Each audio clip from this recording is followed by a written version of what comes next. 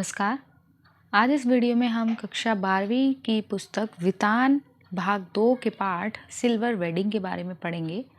और जो इस पाठ के रचनाकार हैं वो है मनोहर श्याम जोशी जी। और इस पाठ का जो मुख्य पात्र है वो है यशोधर पंत जी। और जो ये संपूर्ण पाठ है वो इन्हीं के इर्द गिर्द घूमता है। और यशोधर जी के ऊपर जो ये पाठ है ये एक पास्ट और प्रेजेंट की यानी एक वर्तमान की और एक भूतकाल की कहानी बीच बीच में हमारे एक फ्लैशबैक के तौर पे पंत जी की नज़रों के सामने से वो घूम जाती है। और इस पाठ में यानी सिल्वर वेडिंग, वैसे तो पाठ का नाम है सिल्वर वेडिंग, तो सिल्वर वेडिंग यहाँ पे पंत जी की 25वीं शादी की सालगिरह के ऊपर ये पाठ है। और यहाँ पे जो पंत जी हैं इस पूरे पाठ में हमें एक आधुनिक और पुरानी सोच के बीच जो द्वंद्व है, जो आपस में इनका मेल नहीं हो पाता और जिसकी वजह से इनके बीच की जो दूरियां हैं वो बढ़ती चली जाती है, उन्हीं सब चीज़ों को यहाँ मनोहर श्याम जोशी जी ने हमारे सामने उजागर किया है। तो साथ ही साथ पाठ के अंत में हम इसके प्रश्नोत्तरों की भी चर्चा करेंगे। और मैं यही कहूँगी, इस पाठ को अच्छे से समझने के लिए छात्रों वीडियो को पूरा ज़रूर देखिए। और वीडियो अच्छा लगे तो लाइक कमेंट व शेयर ज़रूर कीजिए। और पाठ को अच्छे से ध्यान से, जो छोटी छोटी चीज़ें हैं जिनसे एमसीक्यूज़ आपके बनते हैं, कि जैसे टाइम की बात हो गई, किसी के नाम की बात हो गई, या और भी बहुत चीज़ें जो मैं बीच में आपके साथ शेयर करूँगी, तो आप उन चीज़ों पर ध्यान दीजिएगा। तो आइए अब हम बिना किसी देरी के इस पाठ के सार की ओर बढ़ते हैं, जिसमें जो यशोधर पंत जी हैं वो होम मिनिस्ट्री में सेक्शन ऑफिसर है, यानी गवर्नमेंट पोस्ट पर जॉब में है और एक अच्छी हाई पोस्ट पर वो जो है तैनात है। मैं पाठ में बहुत ज़्यादा डिटेल में नहीं समझाऊंगी। पाठ के सार का ही मतलब है मेन चीज़ों को आपके सामने प्रस्तुत करना, जिससे आपको जो स्टोरी की जो मेन लाइन है और जो स्टोरी किस चीज़ के ऊपर है वो आपको कॉन्सेप्ट क्लियर हो जाए। और कुछ डाउट्स अगर बचते हैं तो वो क्वेश्चन आंसर के थ्रू आपके यहाँ क्लियर हो जाएंगे। वे बहुत कम उम्र में पहाड़ से दिल्ली चले आए थे। अब देखिए, इन छोटी छोटी चीज़ों से आपके एमसीक्यूज़ बनते हैं। जैसे मान लीजिए अगर आपका एमसीक्यूज़ आ गया कि यशोधर पंत जी कहाँ के रहने वाले थे, कहाँ से आए थे, तो ये चीज़ का ध्यान रखिएगा कि वो पहाड़ी क्षेत्र के रहने वाले थे और वो दिल्ली यहाँ पर काम की तलाश में आए थे। दिल्ली आने के समय यशोधर पंत जी थे, उनकी उम्र कम थी और उनको गवर्नमेंट जॉब में नहीं रखा गया था, लेकिन उनके पास नौकरी ना होने की वजह से वहीं पर रहने वाले कृष्णदा पांडे नामक व्यक्ति ने उन्हें अपने घर में शरण दी। और वहीं पर किशनदा ने उनको अपने घर में एज अ कुक वहाँ पे उनको अपॉइंट कर लिया। किशनदा जो थे खुद एक सरकारी कर्मचारी थे। अब यहाँ पे जो है किशनदा के व्यक्तित्व के बारे में बताया जा रहा है, किशनदा के बारे में बताया जा रहा है। उन्होंने अपना विवाह नहीं किया था और उनके घर में यशोधर पंत जैसे बेरोजगार पहाड़ी लड़के रहा करते थे। अब जो किशनदा थे, एक तरीके से हम उन्हें समाज सेवक भी कह सकते हैं, कि जो लोग बेरोजगार हैं और जो बाहर से काम की तलाश में दिल्ली आए हैं उनको वो अपने घर में शरण दिया करते थे। अब वो जो लड़के थे वो सब मिलजुल कर खाना बनाते और खाते थे। किशनदा का व्यक्तित्व बहुत सामाजिक एवं प्रभावी था। यशोधर पंत के व्यक्तित्व पर उनका बहुत ज़्यादा प्रभाव पड़ा था और यशोधर पंत के सोचने विचारने का ढंग उन्हीं के प्रभाव में था। अब जैसे कि यहाँ एक प्रश्न उठता है कि यशोधर पंत के जीवन पर, व्यक्तित्व पर किसका सबसे ज़्यादा प्रभाव पड़ा था, तो वो थे किशनदा। अब किशनदा जो एक थे सामाजिक व्यक्ति थे, ऑब्वियस है वो इस तरीके से बेरोज़गार लड़कों की और जो लोग हैं उनकी वो मदद कर रहे हैं, अपने घर में ही काम दे रहे हैं, प्लस उनको बाद में नौकरियां लगवा रहे हैं, तो एक सोशलाइज वो थे ही। तो इन्हीं सब चीज़ों से मोटिवेट होकर जो यशोधर पंत थे वो उनसे बहुत ज़्यादा प्रभावित हुए थे। वो एक तरीके से किशनदा उनके जो थे आइडल थे। स्टोरी में आगे बढ़ते हैं। किशनदा पांडे ने यशोधर की नौकरी अपने ही ऑफिस में लगवा दी थी। धीरे धीरे पदोन्नति के माध्यम से यशोधर जी सेक्शन ऑफिसर के पद पर पहुंच गए थे और धीरे धीरे उनकी इंक्रीमेंट होती गई, उनकी पोस्ट बढ़ती गई और बाद में वो सेक्शन ऑफिसर की पोस्ट पर नियुक्त हो गए। किशनदा जीवन भर सरकारी क्वार्टर में रहने के बाद रिटायर होकर अपने गांव चले गए थे। और जो किशनदा थे वो सरकारी नौकरी कर रहे थे, उन्होंने शादी नहीं की थी और जब वो रिटायर हुए तो उन्होंने खुद का कोई घर नहीं बनाया। यानी सरकारी नौकरी अगर कोई व्यक्ति कर रहा है तो वो अपना घर बनाने की सोचता है, क्योंकि जो सरकारी क्वार्टर आपको मिलता है वो तब तक ही आपके लिए होता है जब तक आप वहाँ पे नौकरी कर रहे हैं। अब किशनदा जो थे, उन्होंने नौकरी उनकी जब वो रिटायर हो गए तो वो क्वार्टर भी उनसे चला गया। तो इस वजह से उनको फिर किसी ने कोई सपोर्ट नहीं किया। जैसे कि कई बेरोज़गार लड़कों को अपने घर में आश्रय देते थे, लेकिन जब उनको ज़रूरत थी तो उनको किसी ने हेल्प नहीं की और एंड में उनको आखिरकार अपने गाँव में जाकर रहना पड़ा। गाँव जाने के बाद कुछ ही दिनों में उनकी मृत्यु हो गई थी और जब वो गाँव चले गए तो कुछ ही समय में उनकी मृत्यु हो गई। अब मृत्यु हो गई, किशन दास जो थे, एक तो शादी नहीं की थी। शुरू में तो वो काफ़ी मतलब खुश थे कि मैंने शादी नहीं की है, कोई टेंशन नहीं, कोई ज़िम्मेदारी नहीं। लेकिन जीवन के अंतिम क्षणों में, अंतिम पड़ाव में आपको परिवार के सहारे की सबसे ज़्यादा ज़रूरत होती है और वो परिवार उनके साथ नहीं था और वो अकेले ही अपना जीवन बसर करते रहे और उनकी जो है गाँव में मृत्यु हो गई। अब यशोधर पंत किशन दास से हर सलाह लेते थे। वह भी सरकारी क्वार्टर में ही रहना चाहते थे। उन्होंने डीडीए फ्लैट के लिए अपनी किस्त नहीं जमा की थी क्योंकि किशन दास कहा करते थे कि मूर्ख मकान बनवाते हैं और बुद्धिमान उसमें रहा करते हैं। यानी किशन दास जी की जो थी वो सोच यहाँ पर दिखाई गई है कि वो अपना खुद का घर नहीं बनवाते थे और उनको लगता था कि जो मूर्ख लोग होते हैं वो घर बनवाते हैं और जो बुद्धिमान व्यक्ति होते हैं वो उन घरों में रहते हैं। तो इसलिए उन्होंने अपनी किस्त भी नहीं जमा की थी और जो यशोधर पंत जी थे वो भी किशन दास के ही नक्शे कदम पर चलना चाहते थे, पर वो ऐसा नहीं कर पाए। स्टोरी में आगे बढ़ते हैं। गोल मार्केट का इलाका किशन दास की यादों से जुड़ा था।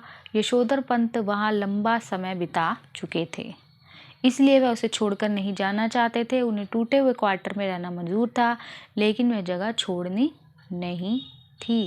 वो किशन दास की यादों में ही अपना जीवन बिताना चाहते थे, वहीं वो रहना चाहते थे क्योंकि जो गोल मार्केट का जो पूरा इलाका था वो उनकी यादों से ही भरा हुआ था क्योंकि वो उनके वहाँ साथ समय बिताया करते थे। लेकिन ऐसा उनके लिए पॉसिबल ना हो सका क्योंकि जो यशोधर पंत जी थे वो एक विवाहित व्यक्ति थे और विवाहित व्यक्ति के पास कुछ जिम्मेदारियाँ और रिस्पॉन्सिबिलिटीज़ होती हैं। यशोधर पंत के व्यक्तित्व की और बहुत सी विशेषताएं हैं। अब यहाँ यशोधर पंत जी के बारे में पढ़ेंगे।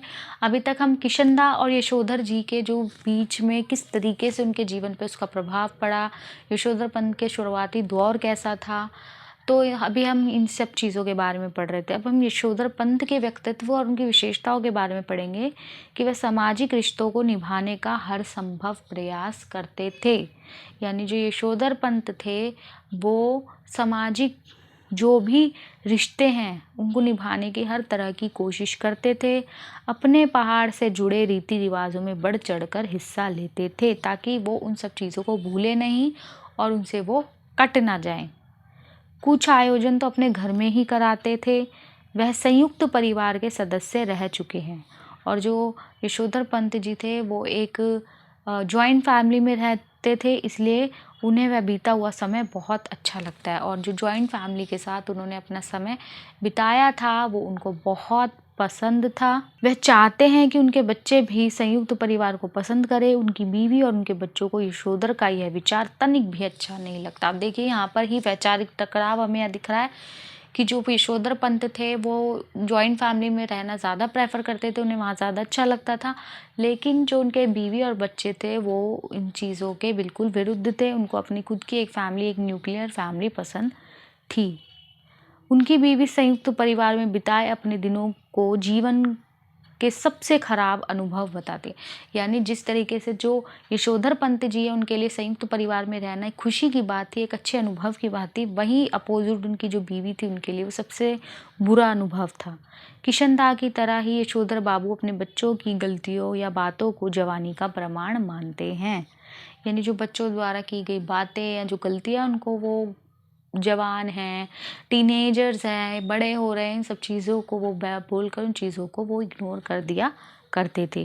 फिर भी उनके मन में बार बार इस बात की इच्छा होती कि उनके बच्चे उनकी बातों की ओर ध्यान दे। लेकिन जो यशोधर पंत जी थे वो चाहते थे, चाहे वो उनकी बातों को ऐसे कहकर इग्नोर कर दिया करते थे, परंतु वो चाहते थे कि उनके बच्चे उनकी बात माने। लेकिन उनके बच्चे बिल्कुल अपोजिट थे। वो किसी भी बात में अपने पिता से किसी भी तरह की कोई राय नहीं लेते थे। तो यहाँ पर भी एक वैचारिक टकराव है क्योंकि बच्चों को लगता था पिता से कुछ पूछेंगे तो वो मतलब होता है ना पुराने ख्याल के जो लोग हैं। यहाँ पर यशोधर पंत जी किशन दास की बातों को ही फॉलो कर रहे हैं। बच्चों को लगता था ये हम इनसे कुछ पूछेंगे इन्होंने मना ही करना है, तो उन्होंने पूछना वाचना भी जो था बंद कर दिया, उनसे राय लेना बिल्कुल बंद कर दिया। और इन चीज़ में उनकी माँ उनको सपोर्ट करती थी, तो इसलिए फिर वो सोचते थे कि चलो माँ ही सपोर्ट कर रही है तो पापा से क्या पूछे। यशोधर पंत का जो बड़ा बेटा, अब यहाँ पे यशोधर पंत जी की फैमिली का डिस्क्रिप्शन आया है। अभी तक हम यशोधर पंत जी की विशेषताएं और व्यक्तित्व के बारे में पढ़ रहे थे। अब यहाँ पर हम बढ़ेंगे आगे यशोधर पंत के परिवार के बारे में, कि परिवार में कौन कौन था, कौन क्या करता था, कौन क्या नहीं करता था। इन चीज़ों को आप ध्यान रखिएगा।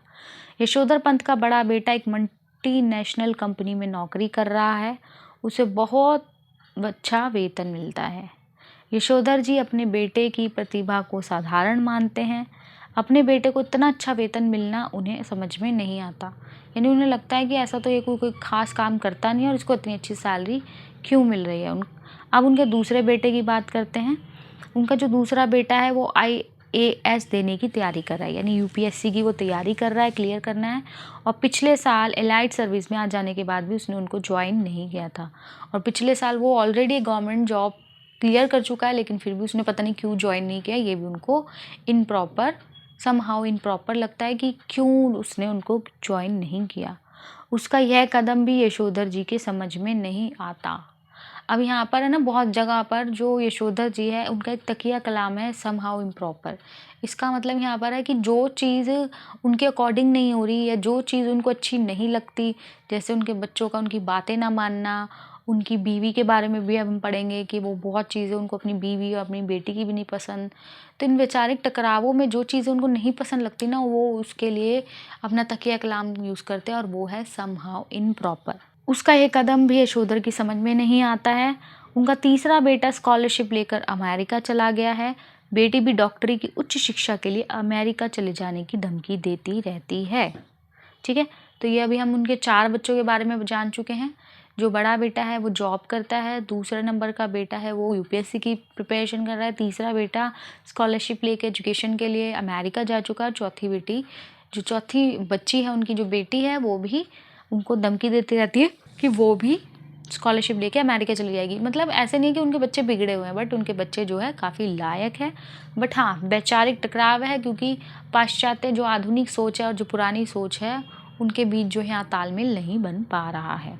आगे उनके परिवार के तनावों के बारे में बात करेंगे कि यशोधर जी के सारे बेटे और बेटी उनके विचारों का तीखा विरोध करते रहते हैं।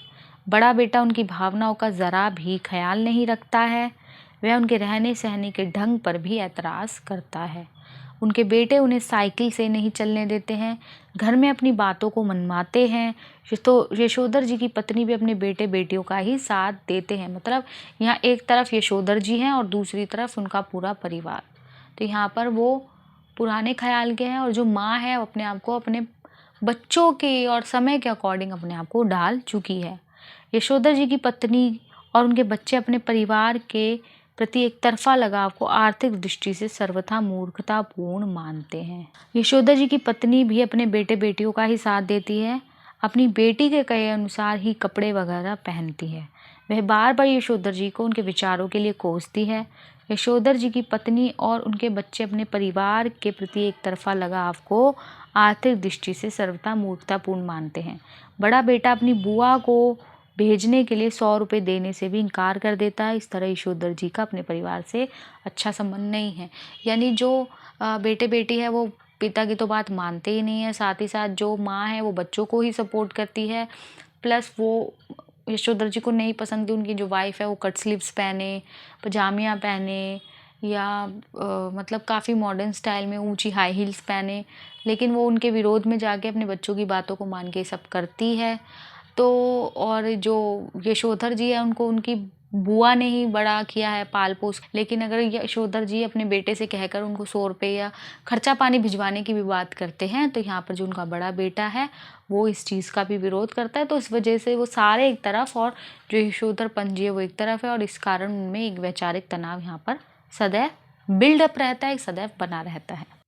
पाठ में आगे बढ़ते हैं कि एक दिन ऑफिस में बातों बातों में यशोधर जी को पता चलता है कि उस दिन उनकी शादी के 25 साल हो चुके हैं, और ऑफिस में वो एक दिन बैठे होते हैं तो उनको याद ही नहीं होता है कि उनकी शादी की सालगिरह कब आती है, लेकिन वैसे ही कोई नॉर्मल कॉन्वर्सेशन हो रही होती है तो उस बातचीत के दौरान उनको पता चलता है कि आज उनकी शादी की 25वीं सालगिरह है। तो यहाँ उस 25वीं सालगिरह के आधार पर इस पाठ का नाम है सिल्वर वेडिंग।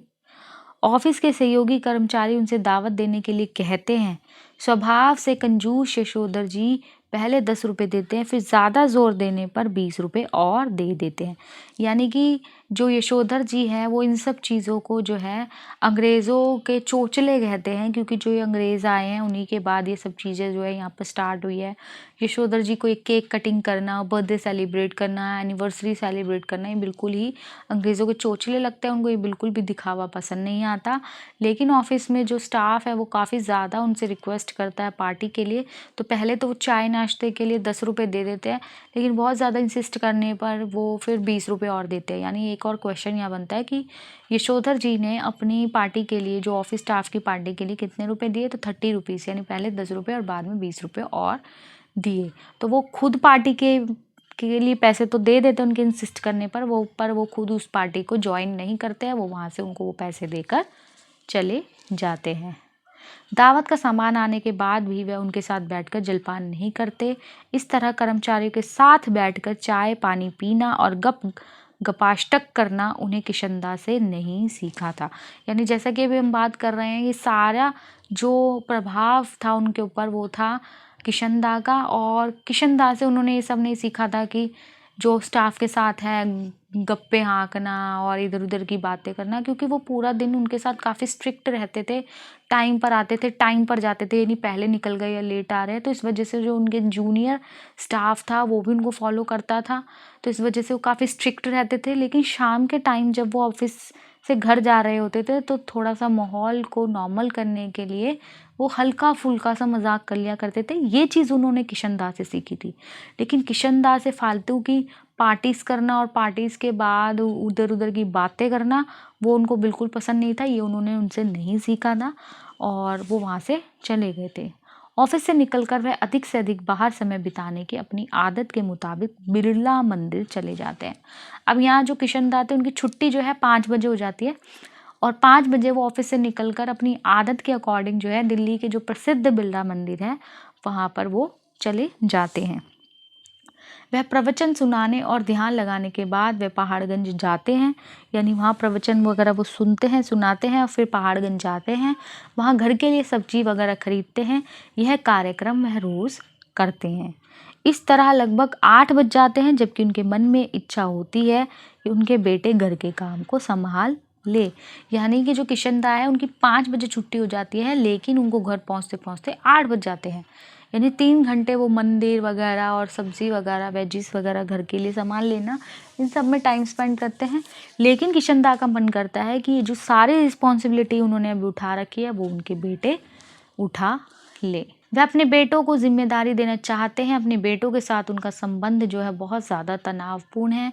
बेटे अपने पैसों को अपना कहते हैं, उनसे किसी तरह की सलाह भी नहीं लेते हैं। जैसा कि हम बार बार पाठ में इन्हीं सब वैचारिक संबंधों की बात कर रहे हैं। जो सोच है, जो तनाव है, जो प्राचीन पुरानी सोच और नई सोच के, आधुनिक सोच के बीच जो तनाव है, उसी तनाव को हम यहाँ पाठ में बार बार देख रहे हैं। सब्जी का झोला लेकर यशोधर जी जब वापस अपने क्वार्टर आते हैं, अपने घर आते हैं, तो घर से बाहर एक कार, एक स्कूटर, मोटरसाइकिल और बहुत से लोग खड़े थे। यशोधर बाबू की पत्नी और बेटी नए ढंग के कपड़े पहने मेहमानों को विदा कर रही हैं। अपनी आदत के मुताबिक आधुनिक किस्म के अजनबी लोगों की भीड़ देखकर यशोधर बाबू दुबक जाते यानी कई लोग होते हैं बहुत कम सोशलाइज होते हैं, उनको जो अननोन पर्सन्स या मेहमानों को देखकर एक खींच सी होती है, उनको अनकंफर्टेबल महसूस होता है। तो यशोधर पंत जी भी उसी तरह के व्यक्ति हैं। उन्होंने जब देखा अपने घर के बाहर से ही कि काफ़ी जो है गेस्ट वगैरह आए हुए हैं, मेहमान आए हुए हैं, बहुत सारी गाड़ियाँ स्कूटर वगैरह खड़े हैं, उनकी बीवी और बच्चों ने नए नए कपड़े पहने हैं, आधुनिक समय के हिसाब से उन्होंने कपड़ों को पहना हुआ है, तो वो भीड़ को देखकर जो है दुबक जाते हैं, यानी वो छुप जाते हैं। जाने वाला व्यक्ति बड़े बेटे का बॉस होता है और एक व्यक्ति जो जा रहा होता है वो उनके बड़े बेटे का बॉस होता है। उसे चले जाने के बाद वे घर में आते हैं। वहाँ पर उन्हें पता चलता है कि घर में उनकी सिल्वर वेडिंग का समारोह रखा गया है। और जब वो बॉस वहाँ से चला जाता है, उसके बाद जो यशोधर पंत जी है वो घर में एंटर होते हैं। और घर में एंटर होने के बाद उन्हें पता चलता है कि आज जो उनकी 25वीं शादी की सालगिरह, उसके लिए एक पार्टी ऑर्गेनाइज यहाँ पर हुई है। अपने एक रिश्तेदार की व्यंग्य भरी टिप्पणी सुनकर यशोधर जी को अपने बेटों के बारे में गर्व भी होता है। घर में होने वाले अच्छे बदलाव को भीतर भीतर बहुत पसंद भी करते हैं। अब क्या होता है कि जो यशोधर जी हैं वो इन सब चीज़ों को नहीं पसंद करते, जैसे कि केक कट करना, मैंने बताया था उनको ये सब चीज़ें जो है पाश्चात्य संस्कृति का एक दिखावा प्रतीत होता है, एक शो ऑफ ये चीज़ें उनको लगती हैं। तो वो अपने बेटे को कहते हैं कि कब से हमारे घर में जो है ये पार्टी वगैरह होने लगी, कब से सिल्वर वेडिंग जो है सेलिब्रेट की जाने लगी। तो एक जो रिश्तेदार था वो उनको टोन करके कहता है, मतलब व्यंग्य की शैली में कहता है कि जब से आपका बड़ा बेटा जो है पैसे कमाने लगा है। यानी एक तरीके से हम ये ताना भी कह सकते हैं कि वो उनको टोन कस रहे हैं कि अब आपके बेटे जो है कमाने लग गए हैं, तो अब घर में अब उनकी ही जो है हुकूमत चलती है। लेकिन कहीं ना कहीं उनको ये सब चीज़ अच्छी भी लगती है कि जो बच्चे हैं वो टाइम के अकॉर्डिंग चेंज हो रहे हैं। लेकिन उन पर जो है किशन दा का बहुत ज़्यादा इफेक्ट है, बहुत ज़्यादा प्रभाव है, तो वो उन चीज़ों को बहुत ईजिली एक्सेप्ट नहीं कर पा रहे हैं। बच्चों के जोर देने पर यशोधर जी ना चाहते हुए भी समारोह में केक काटते हैं। अनुरोध करने पर भी वह ना तो केक खाते हैं और ना ही लड्डू। अब क्या होता है कि बच्चों के बहुत ज़्यादा फोर्स करने पर तो चलो वो केक काट ही लेते हैं, लेकिन वो ना उस केक को खाते हैं क्योंकि वो बहुत ज़्यादा धर्म को मानने वाले व्यक्ति थे। उनको ये प्रतीत होता है कि केक में एग होता है, तो वो एग को भी नहीं खाते हैं और उन चीज़ों को अवॉइड करते हैं। वे संध्या करने के बहाने से पूजा पर बैठ जाते हैं और वो शाम की पूजा का बहाना देकर पूजा में बैठ जाते हैं। वे जानबूझकर पूजा करने में देर करते हैं ताकि उन सब चीज़ों को फेस दोबारा ना करना पड़े। बाहरी मेहमानों के चले जाने के बाद ही वे कमरे में आते हैं। किशन दास से सीखी हुई आदत यशोधर जी को कुछ उपहार के मुताबिक उन्होंने गमछा ही पहन रखा था। और ये चीज़ भी उन्होंने किशन दास से ही सीखी थी कि उन्होंने गमछा पहन रखा था। इस तरह बाहर आने से उनके बेटे और बेटी चिढ़ जाते हैं, क्योंकि उनके बेटे बेटी को पसंद नहीं है कि एक तरीके से वो न्यूड फॉर्म में बाहर आए, सिर्फ गमछा उन्होंने अपने तन पर ढकने के लिए रख रखा है। तो उनके बेटे बेटी को ये बिल्कुल भी पसंद नहीं आता और वो चिढ़ जाते हैं। दावत पर आए लोगों ने यशोधर जी को कुछ उपहार भी दिए थे। उन उपहारों के बारे में पूछने पर उनका सबसे बड़ा बेटा सबसे बड़ा पैकेट उठाता है। वह उसे खोलकर उनकी ऊनी ड्रेसिंग गाउन निकालता है। वह बताता है कि ये गाउन उनके लिए ही लाया है। उसे यशोधर जी का फटा हुआ फ्लोवर पहनकर दूध लेने जाना अच्छा नहीं लगता। और जो उनका बड़ा बेटा है वो अपना गिफ्ट दिखाता है कि वो उनके लिए एक ऊनी गाउन लाया है। और जो उनके पिता अर्ली मॉर्निंग उठकर जो फटा हुआ कुर्ता पहनकर फ्लोवर पहनकर जो दूध लेने जाते हैं उसको बिल्कुल पसंद नहीं है। और वो उनसे कहता है कि अब आप उनको ये ऊनी गाउन पहनकर दूध लेने जाया कीजिए। घर के सारे लोग उस गाउन को पहनने का आग्रह करने लगते हैं। यशोधर जी उस गाउन को ही पहन लेते हैं, लेकिन उनके मन के भीतर कहीं उदासी छा जाती है। लेखक कहता है कि यह कहना मुश्किल है किस घड़ी उन्हें यह बात चुभ गई कि उनका जो बेटा कह रहा है कि आप सवेरे ड्रेसिंग गाउन पहनकर दूध लेने जाया करें, वह यह नहीं कह रहा कि दूध मैं ला दिया करूँगा या कि इस गाउन को पहनकर उनके अंगों में वह किशनदा उतर आया है जिसकी मौत जो हुआ होगा से हुई। इस तरह ये कहानी एक मानविक स्थिति में ख़त्म हो जाती है। यानी यहाँ पर जो यशोधर पंत जी थे वो एक्सपेक्ट कर रहे थे कि जो उनका बेटा है वो उनको ये कहने की बजाय कि आप ये फटे हुए कुर्ते की जगह ये पहन के जा, वो ये कहता कि आपकी जगह मैं सुबह उठकर दूध ले आया करूँगा। वो अपनी जिम्मेदारी को समझता, उनको वो ज़्यादा अच्छा लगता और उनकी आंखें जो है भर आती है, वो इमोशनल हो जाते हैं कि गिफ्ट भी अपने मतलब के हिसाब से दे रहे हैं कि उनको मेरा फटे कपड़े पहनना ज़्यादा वो नहीं अखरता, लेकिन उन्हें मेरी जिम्मेदारियां उठा रहा हूँ, मैं जो सामान लेकर आ रहा हूँ वो इनको ये बुरा नहीं लगता। और फिर वो आगे जो वो बात हुई है कि जो हुआ होगा से हुई कि जब किशन दा की गांव में मृत्यु हुई थी तो पूछताछ करने के दौरान यशोधर पंत जी को पता चला था कि उन्होंने किसी व्यक्ति से पूछा कि क्या हुआ था, तो उसने कहा कि जो हुआ होगा से हुई। यानी उसको भी कोई कंफर्मेशन नहीं है कि जो किशन दा की थी मौत किस वजह से हुई। एक तो वो सोशलाइज नहीं थे, उनका खुद की जो फैमिली नहीं थी, इस वजह से किसी ने उनकी कोई सेवा पानी नहीं की, इसलिए भी उनकी मृत्यु हो सकती है। दूसरा ये भी हो सकता है कि वो खुद को अंतिम पलों में अकेला महसूस करने लगे थे। तो जो हुआ होगा से मतलब कुछ कन्फर्मेशन नहीं है कि उनकी मृत्यु किस तरीके से हुई, क्योंकि वो बीमार भी नहीं थे कि वो बीमार थे तो चलो बीमार थे, बीमारी की वजह से वो मृत्यु हो गई। तो इस तरीके से कहानी यहाँ समाप्त हो जाती है और वो जो यशोधर जी थे उनका अंतिम पलों को, किशनदा के अंतिम पलों को याद करके उनकी आंखें भर आती है। और आशा करती हूँ पाठ आपको अच्छे से समझ आया होगा। अब आइए हम बिना किसी देरी के प्रश्नोत्तरों की चर्चा कर लेते हैं। पहला प्रश्न है, यशोधर बाबू की पत्नी समय के साथ ढल सकने में सफल होती है, लेकिन यशोधर बाबू असफल रहते हैं, ऐसा क्यों? चर्चा कीजिए। अब छात्रों जो एमसीक्यू इसकी फॉर्म में नहीं है, ठीक है, तो आपको ये पार्ट मैं बार बार कहती हूँ कॉन्सेप्ट अच्छे से क्लियर होना चाहिए। तो आप क्वेश्चन कैसे भी फॉर्म में आए आप अटेंड कर लेंगे, प्लस ये एक्सप्लेनेशन है, आपके लॉन्ग टाइप क्वेश्चंस के आंसर है, तो आपको ये क्लियर होने चाहिए। इन्हीं में से आपके बहुत से एमसीक्यूज बनते हैं, ठीक है। तो जो यशोधर बाबू थे वो बचपन से ही जिम्मेदारियों के बोझ से लद गए थे। बचपन में उनके माता पिता का देहांत हो गया था। उनका पालन पोषण उनकी विधवा बुआ ने किया था। मैट्रिक होने के बाद वे दिल्ली आ गए तथा किशनदा जैसे कुंवारे के पास वो रहे। इस तरह वे सदैव उन लोगों के साथ रहे जिन्हें कभी परिवार का सुख नहीं मिला। वे सदैव पुराने लोगों के साथ रहे, पले बढ़े, अतः उन परंपराओं को नहीं छोड़ सकते थे। उन पर किशनदा के सिद्धांतों का बहुत प्रभाव था। इन सब कारणों से यशोधर बाबू समय के साथ बदलने में असफल रहते हैं। दूसरी तरफ जो उनकी पत्नी है वो पुराने संस्कारों की थी। वे एक संयुक्त परिवार में आई थी जहाँ उन्हें सुखद अनुभव नहीं हुआ था। उनकी इच्छाएं जो थी अतृप्त रही हैं, यानी कभी इच्छाओं की तृप्ति नहीं हुई है। वह मात्र सुलभ प्रेम के कारण, यानी अपने बच्चों से प्रेम के कारण अपनी संतानों का ही पक्ष लेती है। इस प्रकार वह स्वयं को शीघ्र बदल लेती है, क्योंकि उसने कभी जॉइंट फैमिली में खुशी का अनुभव नहीं किया, इसलिए उसको अपने बच्चों के साथ इस तरीके से रहना एक अच्छा अनुभव महसूस होता है, इसलिए वो अपने आप को समय के अकॉर्डिंग जल्दी बदल पाई। और जो थे यशोधर पंत जी थे वो पुरानी चीज़ों परंपराओं के साथ ही चिपके रह गए। प्रश्न 2 है, पाठ में जो हुआ होगा वाक्य की आप कितनी अर्थ छवियां खोज सकते हैं? तो जो हुआ होगा वाक्यांश का प्रयोग किशनदा की मृत्यु के संदर्भ में होता है। जब यशोधर ने किशनदा के जाति भाई से उनकी मृत्यु के कारण पूछा तो उसने जवाब दिया जो हुआ होगा, अर्थात क्या हुआ पता नहीं।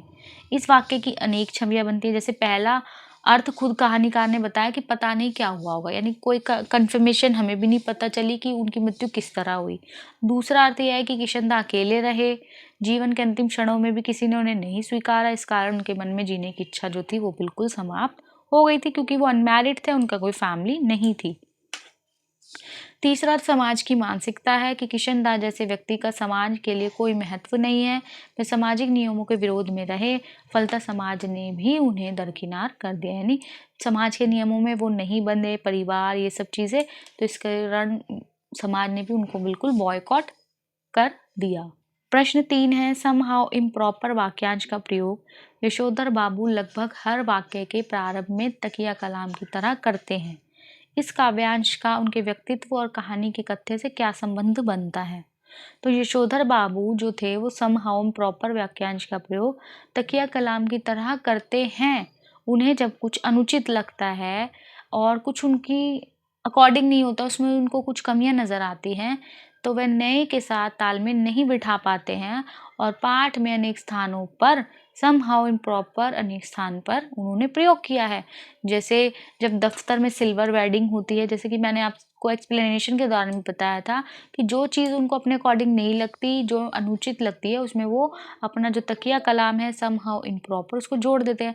जैसा कि जब सिल्वर वेडिंग के लिए पार्टी दिन थी तब उन्हें समहाउ इम्प्रॉपर लगा, स्कूटर की सवारी पर उन्हें समहाउ इम्प्रॉपर लगा, साधारण पुत्र को असाधारण वेट मतलब जो सैलरी है उस पे उनको लगा, अपनों से परायपन का व्यवहार मिलने पर, ठीक है, डीडीए फ्लैट पर पैसा ना भरने पर, पुत्र द्वारा वेतन पिता को न दिए जाने पर, खुशहाली में रिश्तेदारों की उपेक्षा करने पर, पत्नी के आधुनिक बनने पर, शादी के संबंध में बेटी के निर्णय पर, घर में सिल्वर वेडिंग पार्टी पर, केक काटने की विदेशी परंपरा आदि पर, इन सभी चीज़ों पर उनको समहाउ इम्प्रॉपर लगा। और कहानी के अंत में यशोधर के व्यक्तित्व की सारी विशेषता सामने उभर कर आती हैं।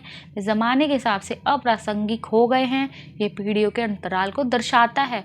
यानी जब आप समय के अकॉर्डिंग नहीं चल रहे हैं तो आपका महत्व जो है कम होने लग रहा है, क्योंकि आप अपने आप को समय के अकॉर्डिंग नहीं बदल पा रहे हो और आप पुरानी चीज़ों को खींचे चले जा रहे हो।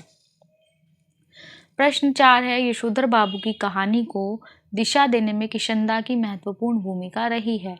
आपके जीवन को दिशा देने में किसका महत्वपूर्ण योगदान है और कैसे? अब एक तरीके से छात्रों एक वैल्यू बेस्ड क्वेश्चन है, इसमें आपको अपने विचार रखने हैं। आपके जीवन में आपके पिता भी हो सकते हैं, आपकी माता भी हो सकती है, आपके भाई बहन, दादा दादी, कोई रिश्तेदार, कोई सगे संबंधी या कोई गुरुजन या कोई फ्रेंड, कोई भी आपके लाइफ में हो सकता है जिसने आपकी लाइफ को इम्पैक्ट किया है। तो सबसे पहले तो इस प्रश्न का छात्र उत्तर अपने अकॉर्डिंग दे और कई तरीके से दे सकते हैं। उसके जीवन में किसी भी व्यक्ति का प्रभाव हो सकता है। मैं एक उदाहरण लेके चल लेती हूँ। जैसे मेरे जीवन को दिशा देने में सबसे महत्वपूर्ण योगदान मेरे गुरुओं यानी मेरे टीचर्स का रहा है। अब गुरु कोई भी हो सकता है, वो पेरेंट्स भी हो सकते हैं, है ना? पेरेंट्स से भी हम बहुत चीज़ें सीखते हैं, टीचर से भी बहुत चीज़ें सीखते हैं। तो उन्होंने हमेशा मुझे यही शिक्षा दी कि सत्य बोलो। सत्य बोलने वाला व्यक्ति हर तरह की परेशानी से दूर रहता है, जबकि झूठ बोलने वाला अपना ही जाल में फंस जाता है। उसे एक झूठ को छुपाने के लिए सैकड़ों झूठ बोलने पड़ते हैं। अपने गुरुओं की इस बात को मैंने हमेशा याद रखा। वास्तव में उनकी इसी शिक्षा ने मेरे जीवन की दिशा को बदल दिया। छात्र इसी प्रकार अन्य लोगों के प्रभाव के बारे में लिख सकते हैं। ये मैंने अपना एक व्यू दिया है, अपने एक विचार यहाँ प्रस्तुत किया है। बाकी आप अपने अकॉर्डिंग भी इसका आंसर दे सकते हैं। प्रश्न 5 है, वर्तमान समय में परिवार की संरचना स्वरूप से जुड़े आपके अनुभव इस कहानी से कहाँ तक सामंजस्य बिठा पाते हैं? ये भी एक तरीके से मूल्यपरक प्रश्न है। इस कहानी में दर्शाए गए परिवार के स्वरूप व संरचना आज भी लगभग हर परिवार में पाई जाती है। संयुक्त परिवार प्रथा समाप्त हो रही है। पुरानी पीढ़ी की बातों या सलाह को नई पीढ़ी सिरे से नकार रही है। नए युवा कुछ नया करना चाहते हैं, परंतु बुजुर्ग परंपराओं के निर्वाह में विश्वास रखते हैं। यशोधर बाबू की तरह आज का मध्यवर्गीय पिता विवश है। वह किसी विषय पर अपना निर्णय नहीं दे सकता। माताएं बच्चों के समर्थन में खड़ी नजर आती हैं। आज बच्चे अपने दोस्तों के साथ पार्टी करने में अधिक खुश रहते हैं। वह आधुनिक जीवन शैली को ही सब कुछ मानते हैं। लड़कियां फैशन के अनुसार वस्त्र पहनती हैं। यशोधर की लड़की उसी का प्रतिनिधि है। अतः यह कहानी आज लगभग हर परिवार की है। ऐसा होता है। ये नहीं सिर्फ इसी स्टोरी है, स्टोरीज भी जो होती है रियल स्टोरी से ही इंस्पायर्ड होती है, बेस्ड होती है। तो ये भी कुछ उसी तरह की स्टोरी है और यहाँ पर सभी पात्र हमें आज के अकॉर्डिंग के नजर आ रहे हैं। प्रश्न 6 है, निम्नलिखित में से आप किसे अपनी कहानी की मूल संवेदना कहेंगे और क्यों? हाशिए पर धकेले जाने वाले मानवीय मूल्य, पीढ़ी अंतराल या पाश्चात्य संस्कृति का अंतराल? अब इसमें हाशिए पर धकेले जाने वाले मानवीय मूल्य तो नहीं हो सकता। हम इसको पीढ़ी का अंतराल भी कह सकते हैं और पाश्चात्य संस्कृति का प्रभाव भी कह सकते हैं। या आपकी सोचने विचारने की शक्ति है कि आपको इस पाठ में क्या चीज़ नज़र आई। तो मेरे अकॉर्डिंग यहाँ पर जो था कि पीढ़ी अंतराल ही सिल्वर वेडिंग शीर्षक कहानी की मूल संवेदना है। और यशोधर बाबू उनके पुत्रों में एक पीढ़ी का जो है गैप है। इसी कारण यशोधर बाबू अपने परिवार के अन्य सदस्यों के साथ जो है सामंजस्य नहीं बिठा पाते हैं। यह सिद्धांत और व्यवहार की लड़ाई है, क्योंकि जो यशोधर बाबू वो सिद्धांतों में फंसे हुए हैं और जो बच्चे हैं उनके जो फैमिली है वो व्यवहार के अकॉर्डिंग चल रही है, समय के अकॉर्डिंग चल रही है। और यशोधर बाबू सिद्धांतवादी हैं तो उनके पुत्र जो है व्यवहारवादी हैं। आज सिद्धांत नहीं व्यवहारिकता चलती है। यशोधर बाबू के विचार पूरी तरह से पुराने जो नई पीढ़ी के साथ कहीं भी तालमेल नहीं रखते हैं। पीढ़ी का अंतराल और उनके विचारों का अंतराल यशोधर बाबू और उनके परिवार के सदस्यों में वैचारिक अलगाव पैदा कर देता है। प्रश्न 7 है, अपने घर और विद्यालय के आस-पास हो रहे उन बदलावों के बारे में लिखिए जो असुविधाजनक है और आधुनिक होते हुए बुजुर्गों को अच्छे नहीं लगते। अच्छा न लगने के क्या कारण होंगे? तो ये आपके अकॉर्डिंग है, आप अपने अनुसार लिख सकते हैं। साथ ही साथ मैंने यहाँ पे आपको डिस्क्रिप्शन में जो पीडीएफ आपको दिया वहाँ पे आपको इसका आंसर मिल जाएगा, आप वहाँ से भी हेल्प ले सकते हैं। प्रश्न 8 है, यशोधर बाबू के बारे में आपकी क्या धारणा बनती है? तो ये भी जो एक तरीके से वैल्यू बेस्ड क्वेश्चन है, आप अपने अकॉर्डिंग कीजिए। लेकिन फिर भी उसके बाद अगर आपको कोई डाउट हो तो डिस्क्रिप्शन में इसके आंसर अवेलेबल है, आप वहाँ से इसको देखकर हेल्प ले सकते हैं या उसी को फॉलो कर सकते हैं। तो इस तरीके से इस पाठ के यहाँ प्रश्न उत्तर भी समाप्त होते हैं। आशा करती हूँ आपको पाठ अच्छे से समझ आया होगा और आप प्लीज़ इसी तरीके से अपना सपोर्ट देते रहिए ताकि मैं और भी वीडियोज़ को अपलोड्स कर सकूँ, क्योंकि जितने ज़्यादा मुझे लाइक्स, व्यूज़ और सब्सक्राइबर्स आएँगे, मेरा मोटिवेशन और भी ज़्यादा जो है बूस्ट होता रहेगा। और आगे इसी तरह और भी नोटिफ़िकेशंस को पाने के लिए चैनल को सब्सक्राइब करना ना भूलिए। धन्यवाद।